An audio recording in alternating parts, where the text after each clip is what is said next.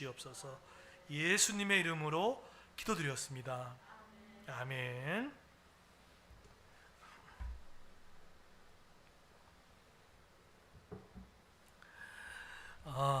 네. 자, 오늘 그 설 명절 이후에 오늘 예배는 좀 뭔가 좀 다르네요. 네. 자, 하나님의 성령이 이 자리에 좀 가득하다라는 생각도 많이 들고요. 여러분 온라인 들으신 분들은 좀 어떠세요? 네, 동일하게 느끼십니까? 뭐 옆에 아이가 이제 우는 집도 있을 거고 뭐 그랬을 건데, 근데 좀 다르네요. 예, 정말 이것은 저는 왜 다를까 봤더니 우리가 새벽마다 우리 주일에 그 예배를 위해서 넣고 많이 부르짖지 않습니까? 그래서 하나님께서 그 예배를 참 기뻐하신다는 생각이 드는 것 같아요. 주일의 예배가 살아야 일주일이 삽니다.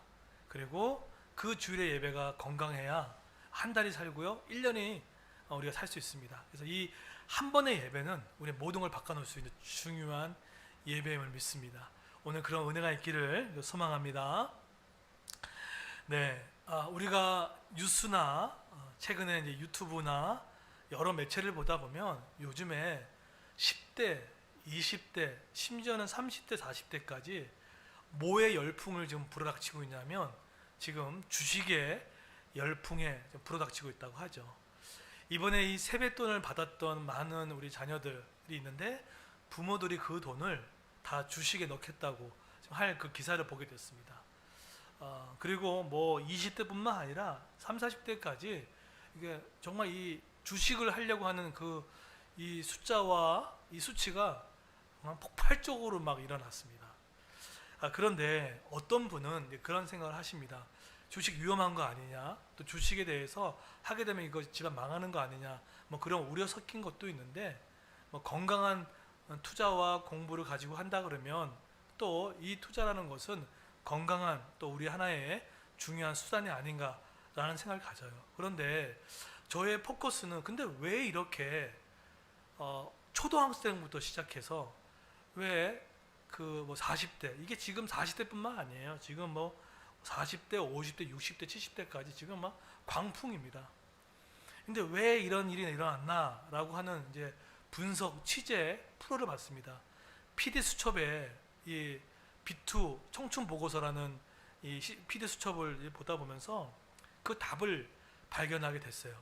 왜 한국 사회에 이렇게 지금 주식이 열풍이 일어났을까라는 생각을 했는데, 그걸 잘 모르게 되면 이 사람 투기한다, 뭐 한다 이런 생각인데, 그걸 가만히 보니까 분석이 정확했습니다. 왜냐하면 첫 번째는 뭐냐면 불안하기 때문인 거예요. 자기가 지금 너무 불안하니까 뭔가가 의지할 게 없다는 거죠. 그래서 지금의 돈을 갖고 살 수가 없으니까 내가 이 주식이라도 해야겠다라는 이런 불안의 심리가 아주 밑에 깔려 있다는 거예요. 그게 그래서 주식의 열풍이 지금 오고 있다라는 이야기를 하고 있습니다. 그러니까 지금 사람들의 마음, 우리 한국 사회 지금 사람들의 마음 가운데는 지금 이 불안의 마음이 크게 일어나고 있어요.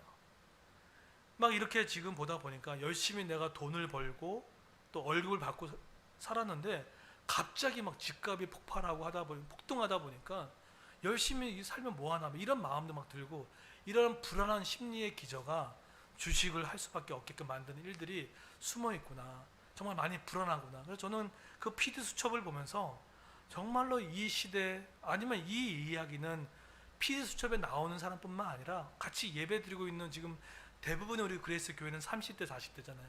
아마 여러분 마음 가운데도 그런 마음들이 있을 거라는 거죠. 여러분 자녀가 40대가 둔 부모님, 40대 된 자녀들 마음 아십니까? 이제는 대기업도 은퇴가 51세입니다. 거의가 48세, 49세입니다. 그러니까 이제 10년만 있어도 은퇴를 생각할 나이가 됐다는 거예요. 근데 이것이 젊은 사람만 그러냐? 그렇지 않습니다. 70대, 80대, 90대를 80대, 60대 살아가는 분들도 내 미래 노후가 어떻게 될까? 이게 불안하고 두려움에 휩싸이고 있는 분들이 많이 있다는 거예요. 제가 어제 밤에 이제 잠을 자는데 어제 이제 그 영상을 보다가 그 미래 에셋 투자의 그 박현주 회장이라는 분이 계십니다. 근데 그분이 이제 나이가 지금 한 70세 가까이 됐죠. 근데 지금 현역처럼 뛰고 있어요. 그러면서 미래의 자기가 자녀들한테 가르쳐주는 세 가지가 있다고 하고, 미래에 지금 이 60대, 70대, 80대 살아가는 이 분들한테 조언을 했는데 세 가지를 얘기하더라고요. 어떤 게 필요하냐? 조금 귀담아 듣게 되더라고요. 첫 번째가 혹시 뭘 것 같습니까? 첫 번째가 뭐냐면 운동이라는 거예요. 10분도 좋고 30분도 좋으니까는 운동을 하라는 거예요. 너무 간단하죠. 그리고 두 번째는 뭐냐면 연금이라는 얘기를 해요. 네, 연금 투자. 그리고 세 번째는 뭐냐면 좋은 관계를 많이 맺어놔야 한다는 거예요. 그랬을 때 자기가 살아보니까 이게 정말 중요하구나 하는 것을 깨닫고 그것을 고스란히 자기 손자, 손녀에게 알려주고 있다는 거예요. 예. 그러나 본다면 제가 이제 이렇게 말씀을 드리면, 그래, 이렇게 세상은 돌아가고 있는데 과연 오늘 성경은 과연 이런 이야기를 하고 있는가? 과연 성경은 내 실제적인 불안한 마음들, 나의 노후, 나의 이 삶을 하나님 예수님은 어떻게 말씀하실까? 네, 그런 생각할 때가 있습니다. 어떤 사람은 성경은 그냥 성경 이야기지, 지금 내 삶과 상관이 없어, 이렇게 치부해 버리는 사람도 있고, 어떤 사람은 성경 안에 모든 것이 담겨 있으면 알고 이거를 붙드는 사람이 있어요. 그런데 미래 에세이 해장과는 상대가 안 되는 진리의 말씀이 이 성경에 다 포함되어 있다는 사실, 여러분 그거 아십니까? 오늘 말씀을 잘 들어보시면 예수님은 그 미래 에세이 해장과는 비교가 되지 않아요. 2000년 전에 미리 다 말씀해 놓으셨죠. 네, 한번 그 말씀을 한번 추적해서 간다 그러면 오늘 우리의 삶에 어떤 모습이 중요한 것인지 한번 보도록 하겠습니다. 자, 오늘 말씀은요, 요한복음 13장입니다. 근데 요한복음 13장은 그 12장의 내용을 조금 아셔야 되는데, 12장은 어떤 말씀이었죠? 네, 기억나시나요? 12장은 마리아가 나오죠. 마리아가 1년치 해당되는 그 물질을 누구한테 부었습니까? 예수님께 향유를 깨트려서 부었죠. 그때 부었던 한 나드는 1년치 월급이라고 말씀을 드렸죠. 만약에 1년치 한 달 월급이 300만 원이면 마리아는 무려 3,600만 원을 예수님의 발에 그 향유를 부었던 거죠. 이것은 뭘 뜻한다고 말씀드렸습니까? 첫 번째는 뭐죠? 그렇죠? 자신의 오라비를, 죽었던 오라비를 살리셨던 예수님에 대한 감사도 묻어 있어요. 여러분, 예수님의 능력은요, 죽은 자도 살립니다. 여러분이 살다가 죽으셔도 걱정할 게 말게 천국이 있기 때문에 염려할 게 없어요. 근데 죽어서 죽었던 자를 살렸던 것에 너무 감사했던 거죠. 두 번째는 뭘 의미한 겁니까? 그렇죠. 향유를 예수님께 부었던 가장 중요한 것은 예수님의 장사 되심을 미리 예언을 했던 거예요. 아, 이제 예수님이 이제는 죽겠구나, 십자가에 달리시겠구나. 여러분, 만약에 예수님이 십자가에 안 달리셨으면 온라인에 예배 드리시, 여러분은 지금 예배 드릴 수 있을 것 같아요? 못 드렸습니다. 대면 예배 드시면 여러분 예배 드리셨을 겁니까? 못 드셨습니다. 예수님이 십자가의 희생을 만약에 피하셨다면 결코 우리는 예배를 못 드린 존재가 됐을 거라는 거죠. 그러고 나서 12장에서는 만왕의 왕으로서 공개적으로 취임을 하죠. 그러니까 많은 사람이 볼 수 있게끔 하는 내용으로 구성되어 있습니다. 그런데 요한복음 13장이 다른 게 세 가지가 있어요. 여러분, 요한복음 13장을 읽다가 세 가지가 다른 게 있어요. 첫 번째가 뭐냐면요, 첫 번째는 예수님이 이때부터 시작해서 공개 석상에 등장하지 않습니다. 그러니까 많은 사람들 앞에 예수님이 이제 등장하지 않아요. 이게 차별화된 거예요. 그러니까 예수님이 다른 삶의 모습을 살아가요. 이때부터 공개적인 행사나 이적을 행하지 않으십니다. 첫 번째요. 두 번째는 뭐가 다르냐면 여기서부터 많은 군중들을 상대하지 않습니다. 오직 예수님의 제자들만 상대합니다. 그 이야기는 뭘까요? 예수님의 제자들만 상대했다는 얘기는 뭐냐면, 이때 이후로 예수님은 언제 죽습니까? 정확하게 일주일 후에 예수님은 죽습니다. 그렇기 때문에 자신의 살 날이 일주일밖에 남지 않았던 예수님한테는 이 시간이 정말로 소중했을 거예요. 그렇죠? 여러분, 정말 너무나 좀 불안한 마음일 수 있겠지만 여러분의 살 날이 5일밖에 안 남았다고 생각해 보시죠. 그때 뭐 하시겠습니까? 뭐 하시겠어요? 지금 그런 순간이라는 거예요. 이 본문은. 근데 예수님이 일주일밖에 안 남았어요. 근데 예수님이 막 여러 돌아다니지 않았었죠. 제자들을 상대했어요. 왜죠? 당신이 이 세상의 사역을 다 끝나고 나서 12제자를 통해서 뭐가 이루어질 것을 보셨을까요? 그렇죠. 앞으로 세워질 교회를 보신 거예요. 언제 그 말씀을 예언했습니까? 오직 너희가 성령에 임하시면 사마리아와 땅 끝까지 복음을 증거한다고 했죠. 그러니까 예수님은 12명을 키우면서 뭘 생각하셨냐면 12제자를 통해서 앞으로 교회가 세워질 것을 예수님은 멀리 보셨던 거죠. 네. 여러분 그때 보셨던 예수의 큰 비전이 여러분이 지금 온라인 예배 드리고 있는 거예요. 이 조선 한반도에도 복음이 들어온 거고 여러분이 예수 믿게 된 겁니다. 그러니까 예수님은 크게 보신 거예요. 그렇기 때문에 12명의 제자는 중요한 신약 교회의 기초입니다. 기초예요. 자, 지금 시점이 어느 시점이라고요? 예수님의 생명이 5일밖에 안 남았어요. 일주일밖에 안 남았어요. 그러니까 제자들을 여러분 만약에 우리가 연세가 많이 듣고 나서 뭘 남기시겠습니까? 저는요 가장 지혜로운 어른, 지혜로운 부모, 지혜로운 지도자는요 사람을 남기는 겁니다. 누구처럼요? 예수님처럼. 우리 그레이스 교회가 왜 제자 훈련을 왜 할까요? 왜 제가 비효율적인 일대를 만나서 양육할까요? 결국 뭡니까? 사람 남기는 거예요. 그 사람이 또 예수님의 사명을 이어갈 수 있게끔, 그 사람이 또 누군가에게 복음을 전할 수 있게끔 남겨가는 거예요. 제일 이기적인 게 뭔지 아십니까? 자신만 딱 예수 믿고 그 다음 후세대에서 전혀 전수하지 않는 거예요. 영적인 유산을 남기지 않는 거예요. 네.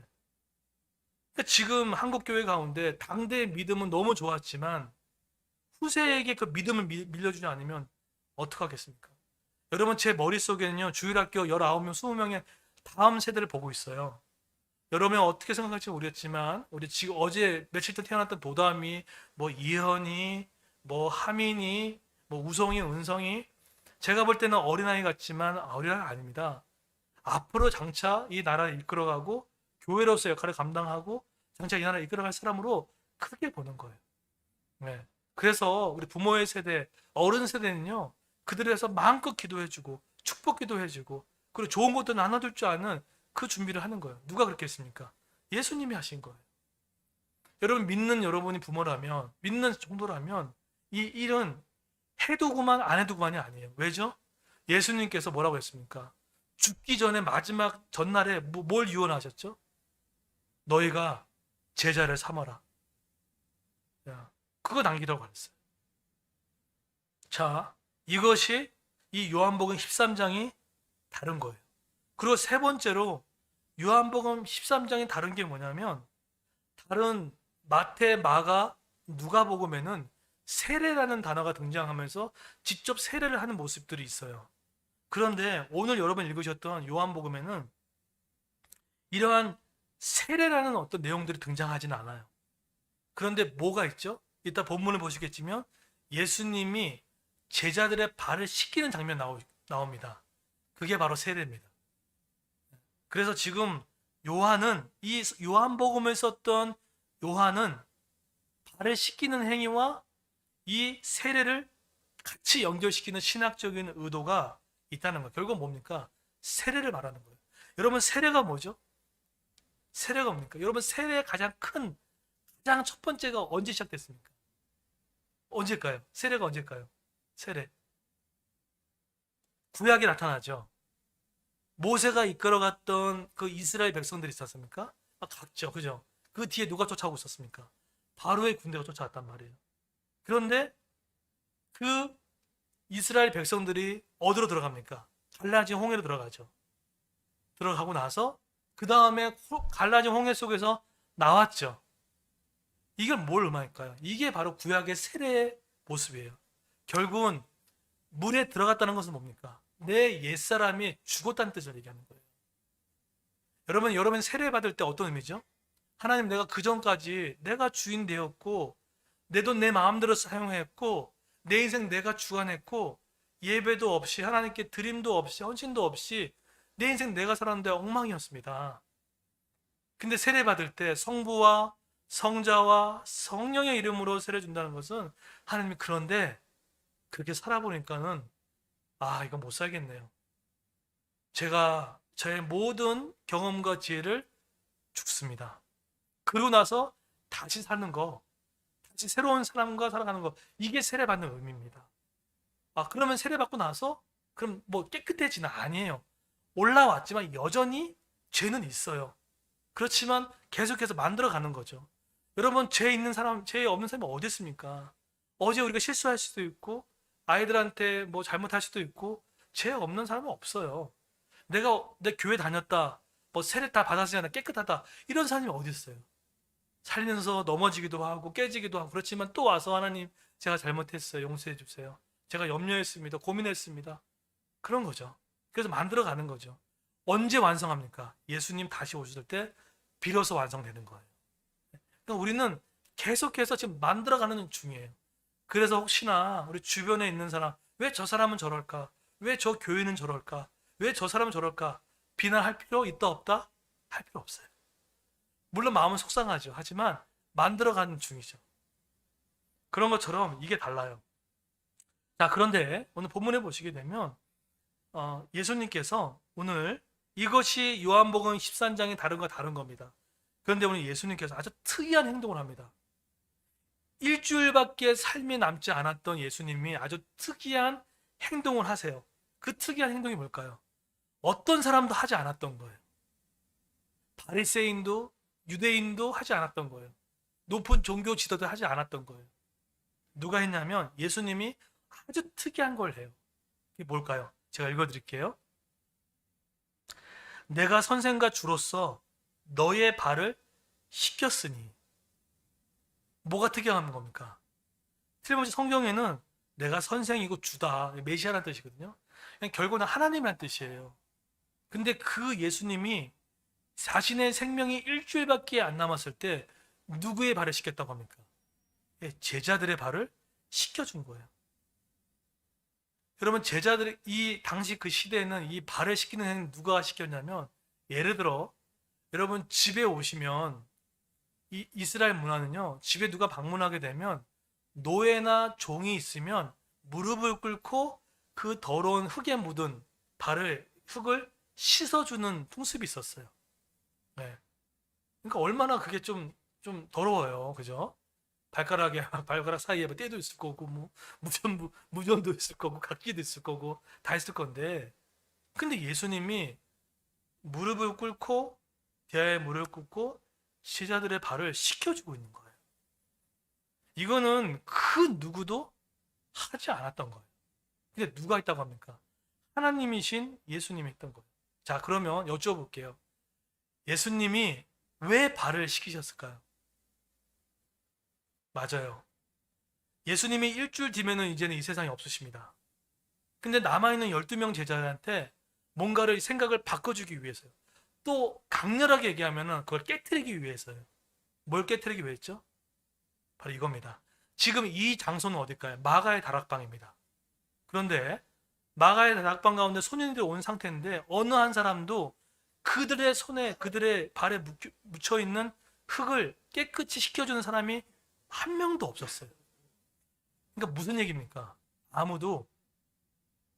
이때 제자들의 머릿속에는 뭐가 있었는지 아십니까? 이거예요. 잘 들어보세요. 이때 제자들의 머릿속에 뭐가 있냐면, 누가복음 22장에 보게 되면 우리 중에 누가 크냐. 네. 그러니까 예를 들어서 우리는 장로님이 없지만 내가 뭐 김장로인데, 내가 뭐 김건사인데, 내가 뭔데, 어깨 힘 빡 주고 있는, 서로 섬기려고 하지 않고 도와주려고 하지 않고 내가 누군데, 그 싸움을 지금 12명 제자들이 하고 있었던 거예요. 그리고 또 그 속마음에 뭐가 있었냐면, 예수님 쫓아가면 뭔가 나오겠지라고 하는 그 모습이 있었어요. 여러분, 축구 선수 중에 혹시 이영표 선수라고 아십니까? 키 작고. 네. 근데 이영표 선수가 원래 예수를 안 믿었던 사람이에요. 자기는 잘하면서 예수를 믿는 사람은 딱 세 가지라는 사람이 있더라고요. 한 가지는 정말로 나약해가지고 믿을 게 없어서 예수 믿는 이 쟁이들, 이렇게 생각했다는 거예요. 이용표는 그랬다는 거예요. 두 번째, 왜 안 믿었냐면 믿겨지지가 않는다는 거예요. 어떻게 물리를 걸어가고 어떻게 죽은 자가 살아나 믿을 수가 없다는 거예요. 이제 그러다가 자기가 뭐 어떤 마음인지 모르겠지만 이런 마음이 들었다는 거예요. 자기가 한번 성경 공부를 해봐야겠다 이런 마음이 들었다는 거예요. 그래서 그냥 우연찮게 성경 공부를 했는데 어떤 말씀을 발견을 했어요. 그런데 그 말씀 가운데 어떤 마음이 들었냐면 이런 마음이 들었다는 거예요. 만약에 내가 죽고 나서 하나님이 없다라고 생각하면 만약에 우리가 하나님 없이 죽으면 무의식 세계로 들어가죠. 죽지 않아요. 그죠? 없어요. 그러면 만약에 내가 하나님 없다고 내 인생을 걸었으면 나중에는 있으면 어떻게 해요? 그럼 지옥 가잖아요. 근데 이런 것들이 막 헷갈리기 시작을 했다는 거예요. 그래서 이왕 내가 인생에 투자할 바에는 하나님이 있는 것에 베팅을 해야겠다 이런 마음이 들었다는 거예요. 이왕 믿을 바에 하나님 있는 것을 베팅하는 게 낫지 괜히 없다고 고집피다가 나중에 정말 죽고 나서 정말 지옥 가면 어떡하나 이런 마음이 들어서 하나님을 믿기 시작했다는 거예요. 그런데 이영표 선수가 신앙에 성장하면서 이런 얘기를 하더라고요. 뭐라고 얘기하냐면 하나님을 믿을 때 미신으로 믿는 사람이 있고 하나님을 믿을 때 믿음으로 믿는 사람이 있다는 거예요. 이게 무슨 뜻일까요? 이거예요. 미신으로 믿는 사람이 누구냐면 이겁니다. 나는 바뀌지 않는데 내가 얻고 싶은 것을 얻기 위해서 하나님을 움직이는 사람, 이 사람이 미신이라는 거예요. 자기는 안 바뀌어요. 자기는 안 바뀌고 그냥 가만히 있어요. 뭐 하나님 기뻐하는 일도 없고 아무것도 안 하면서 내가 원하는 것만 하나님 취하려고 하는 것을 뭐라 할까요? 이게 미신의 행위라는 거예요. 근데 믿음은 절대자인 하나님 앞에서 내가 틀렸음을 알고 하나님 나를 고쳐달라고 하는 마음. 이게 믿음이라는 거예요. 네. 근데 오늘 이 제자들이 어떤 믿음이었습니까? 미신을 믿는 것과 동일한 거예요. 자기는 안 바뀌어요. 나는 큰 사람이 될 거야. 한 자리에 주겠지. 그냥 그것만 딱 생각하고 자기는 안 바뀌어요. 이걸 뭡니까? 이게 미신이에요. 여러분은 미신을 믿습니까? 아니면 절대자인 틀림없는 하나님을 믿습니까? 네. 그래서 지금 예수님은 발을 왜 시켰죠? 그들의 그걸 머리 깨기 위해서요.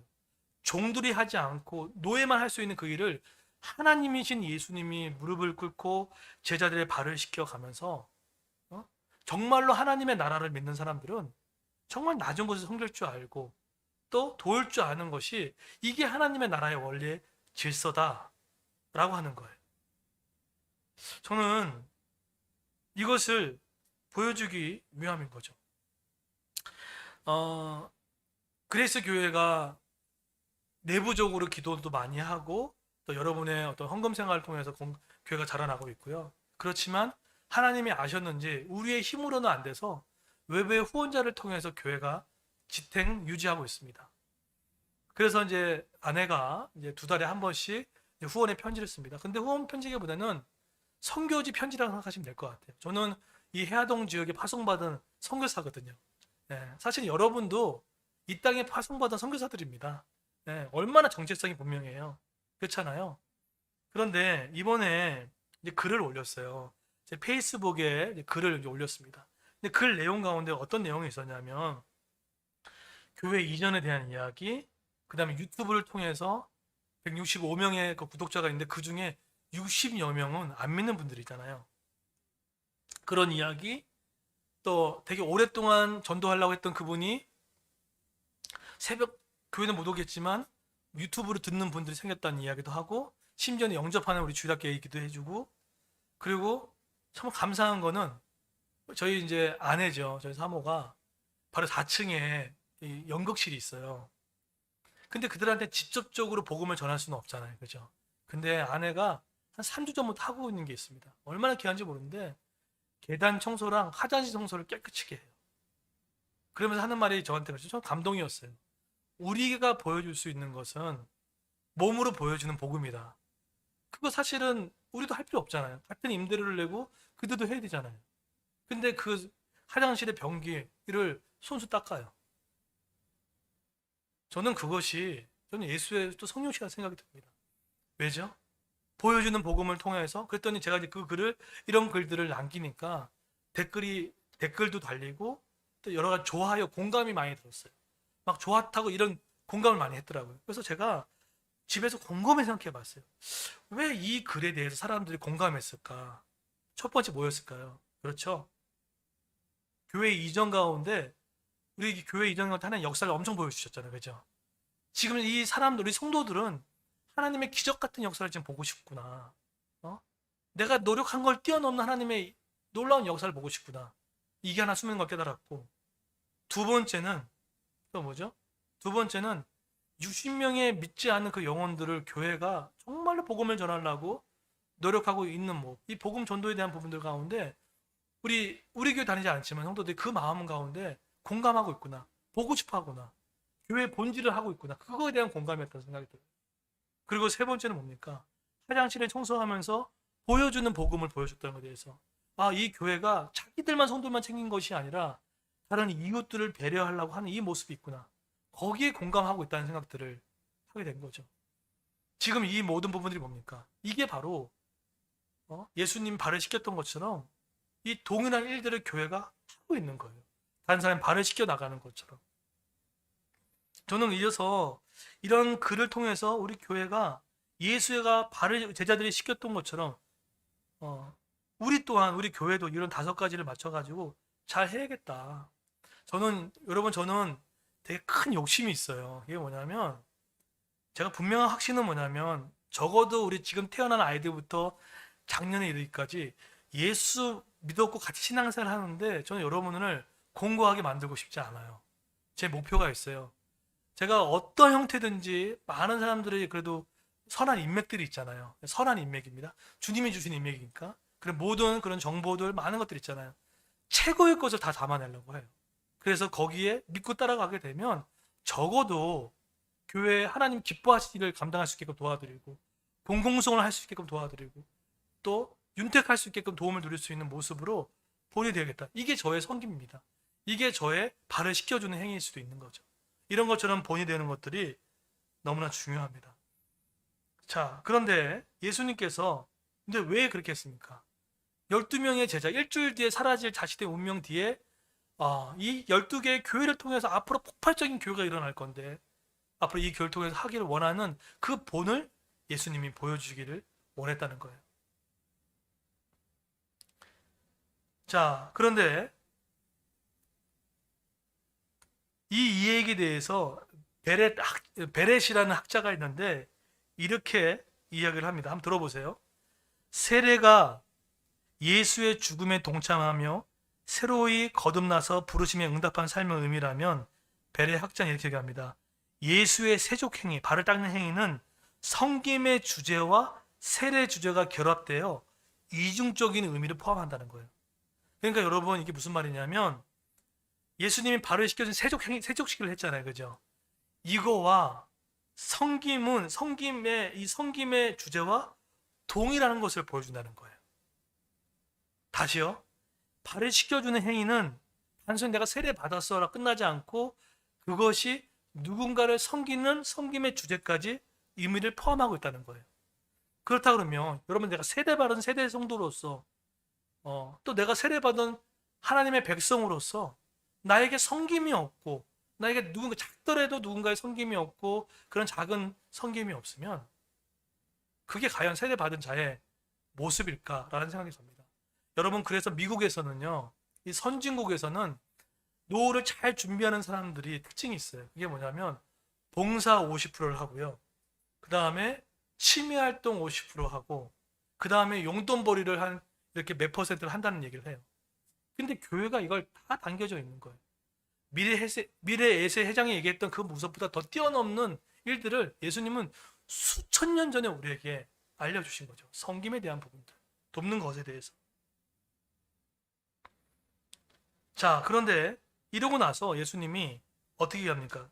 마지막 절입니다. 내가 선생과 줄어서 너희 발을 씻겼으니 너희도 서로 발을 씻겨줘야 한다라고 표현해요. 해두고만 안 되는 게 아니라, 이제는 내가 너희 발을 씻겨줬던 것처럼 이제는 어떻게 하라고요? 너희도 서로 발을 씻겨주는 거예요. 여러분, 부부로 계십니까? 혼자만 받으려고 생각하지 마십시오. 서로 씻겨줘야 돼요. 서로 마음 편하게 도와줘야 돼요. 그렇죠? 부모가 있습니까? 자녀를 필요를 채워주셔야 됩니다. 자녀가 있습니까? 자녀도 연로하신 부모님의 필요를 채워줄 줄 알아야 돼요. 서로 발을 씻기는 거예요. 가정교회 계십니까? 직위님 혼자 발을 여러 번 씻겨주면 안 됩니다. 지체들도 발을 서로 씻겨주는 거예요. 같이 가는 거예요. 목회자 혼자, 제가 이 방송 혼자 할 수 있고, 아니요.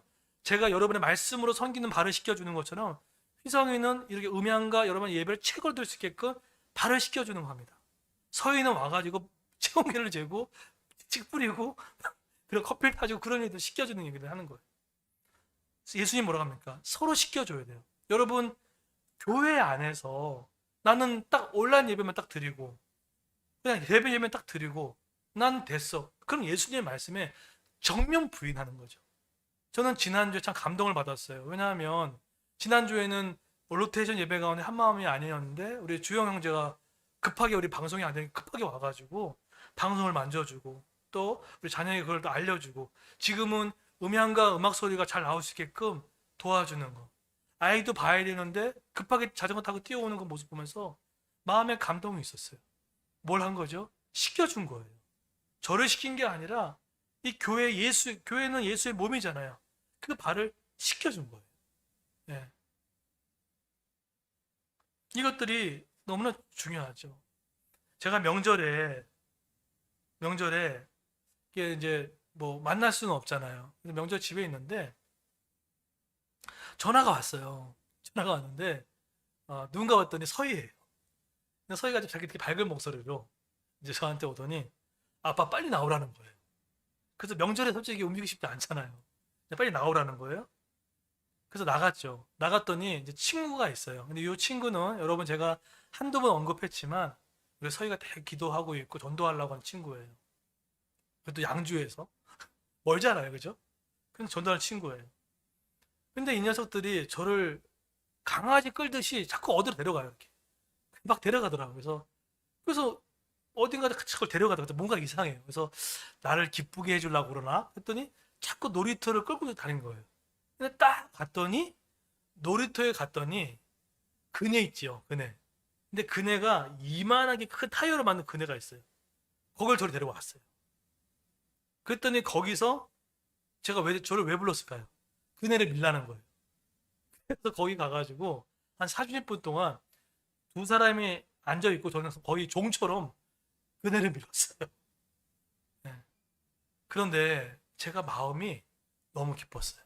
왜냐하면 명절에 혼자 쉴 수 있었지만 자녀가 저를 나를 필요해서 불러준 것이 너무 감사했고요. 네? 그것이 너무 감사했고 또 한 가지는 우리 서희가 그 얘기 하더라고요. 아빠 이제 그 우리 친구가 이제 언젠가 한 조만간에 올 건데 미리 좀 친해지면 어떨까? 그런 지혜로운 생각을 다 했더라고요. 네. 누구 딸인지 모르겠어요. 정말 누구 딸인지 모르겠어요. 그래서 아주 그렇게 지혜롭게 하고 했던 거예요. 근데 그 제가 마음이 얼마나 기뻤겠습니까? 그래서 그리고 가서 또 아이들한테 저를 또 개끌듯이 저기 편의점에 가가지고 내가 뭘 먹고 싶냐 맛있는 거 사주고. 여러분 그거 아세요? 제가 명절이지만 그 두세 시간을 쓰고 그리고 또 그 어린 아이들을 발휘시켜준 것처럼 그대로 밀어주고 그랬잖아요. 그런데 그렇게 시간을 보내고 물질 썼는데 저가 예측하지 없는 곳에서 저희 설 명절 잘 보내라고 50만 원 보내주셨어요.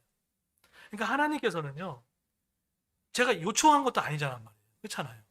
그런데 그냥 설 명절 잘 보내서 생각나서 전했다는 거. 그러니까 이런 문자가 왔어요. 성령께서 마음을 주셔가지고 목사님 선물 드리려고 고생하는 목사님 선물 드리려고 꼭 식사 함께 하시라고 보내온 거예요. 그러니까 보세요. 예수님이 발을 씻기라고 했을 때 그 예수님의 발은 전혀 손해와 손실로 전혀 가는 길이 없어요. 네. 여러분 머릿속에 이걸 지우셔야 됩니다. 내가 하나님께 드리는 시간들, 하나님께 헌신했던 시간들, 그 물질도 여원에 썼던 그것이 절대로 허투루 가는 길이 있다 없다? 없어요. 하나님께서 어떻게 하든 거지 하나님께서 채워주시는 것들을 경험하게 될 것입니다. 그래서 마지막으로 이런 얘기합니다. 들어보세요.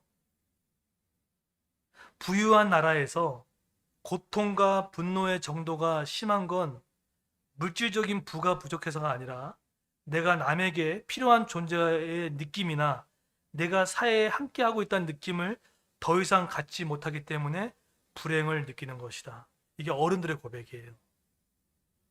네. 그런데 예수님은 미래의 햇셋을 또 뛰어넘죠. 이거 얘기했던 사람이 아주 유명한 사장의 회장입니다. 살아보니까 돈이 없어 불행한 게 아니에요.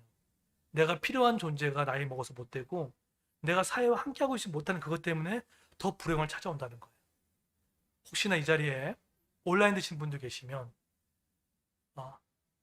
더 발휘시켜주는 모습으로 낮은 데 섬기시고 또 가족이라면 서로를 섬겨주고 교회를 섬기고 지체를 섬길 수 있는 모습을 쓰시고 이것이 정말로 건강한 우리의 인생의 노후요, 준비요, 정말 잘 살아가는 뛰어넘는 모습이라는 것을 믿습니다. 결국은 예수의 발휘시킨 것은 하나님에 대한 사랑이며 서로의 발휘시키는 것, 이웃에 대한 사랑입니다. 정확하죠? 하나님의 사랑과 이웃의 사랑, 이것이 분명한 저 여러분 되기를 예수의 이름으로 축원드리겠습니다. 네, 이 시간에 다 같이 여러분 우리 찬양 마지막으로 들으시고 마치도록 하겠습니다. 우리 임재 하늘의 문을 여서서 우리 같이 일어나실까요? 온라인에 가능하신 분들 또 혹시나 불편하시면 앉아도 상관이 없고 우리 하늘의 문을 여서서 우리 같이 한번 이 찬양하면서 말씀을 기억하며 하겠습니다.